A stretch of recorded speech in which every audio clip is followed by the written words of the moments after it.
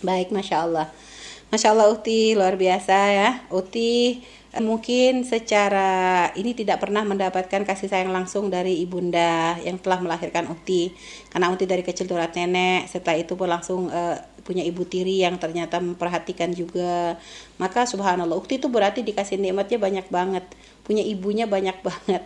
Ada ibu beneran, ada nenek yang seperti ibu, ada ibu tiri pun yang ternyata luar biasa. Itu kan berarti luar biasa banget ya, Allah kasih rizkinya Masya Allah. Ada orang punya ibu satu, ada orang kadang nggak punya ibu sama sekali ya. Maka terus gimana cara saya berbuat baik? Berbuat baiklah kepada semuanya. Lalu lebih banyak mana yang dibantu? Yang paling butuh itu yang Anda bantu lebih banyak.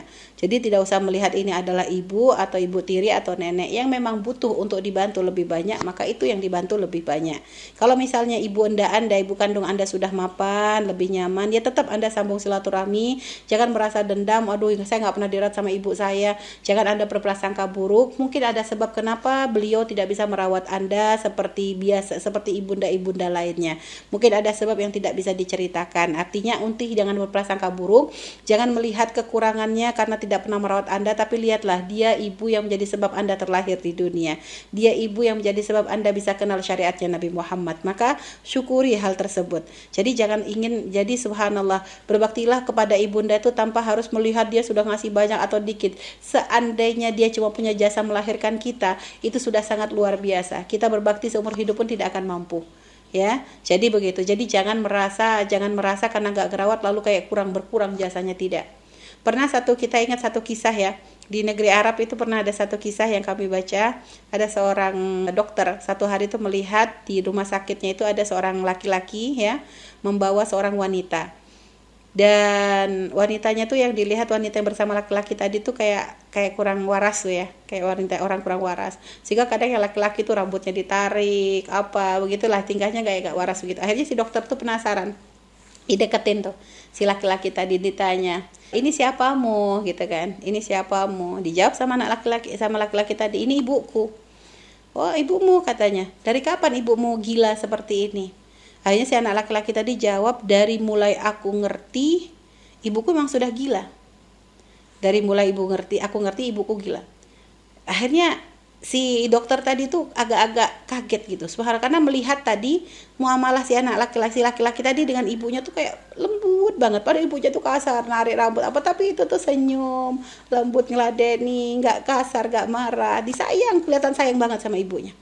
Akhirnya si dokter tadi nanya, jadi ibunya tuh berarti ibumu gak pernah mengenalmu? Enggak, ibu gak pernah kenal aku. Terus bagaimana? Aku lihat tuh kamu tuh kok baik banget sama dia. Apa gunanya? Kalau dia memang tidak, kebaikanmu pun dia tidak mengenalinya kok. Apa jawab si anak laki-laki tadi? Ibuku memang tidak mengenalku, karena memang dia gila kan. Akan tetapi aku tuh kenal siapa ibuku. Ya. Ibunya gak kenal dengan dia, karena memang ibunya gila. Tapi anaknya tuh kenal kalau ini adalah ibunya. Walaupun gila itu adalah ibunya. Ya Allah, kebayang coba. Seorang anak bukan hanya gak dapat kasih sayang, ibunya gila, ngerepotin dia. Tapi ternyata dia tetap melihat ibunya sebagai pintu surganya. Ibunya boleh gak kenal dia, tapi dia selagi kenal ibunya, maka ibunya adalah tempat ladang bagi untuk dia berbakti, untuk dia melakukan banyak kebaikan. Subhanallah, itu loh bakti. Nah itu, jadi bakti itu jangan nunggu kalau sudah dibaikin. Gak atas, seandainya tidak baik tetap berbakti, hukumnya wajib. Seandainya ukhti kurang cinta kepada ibunda yang melahirkan ukhti, tapi jangan sampai mengurangi kebaktian ukhti padanya. Jadi jangan sampai mengurangi nilai bakti ukhti kepadanya. Nah, adapun sekarang ukhti kalau untuk punya 3 ibu, berarti ada nenek, ada tadi ibu tiri, ada ibu kandung ya.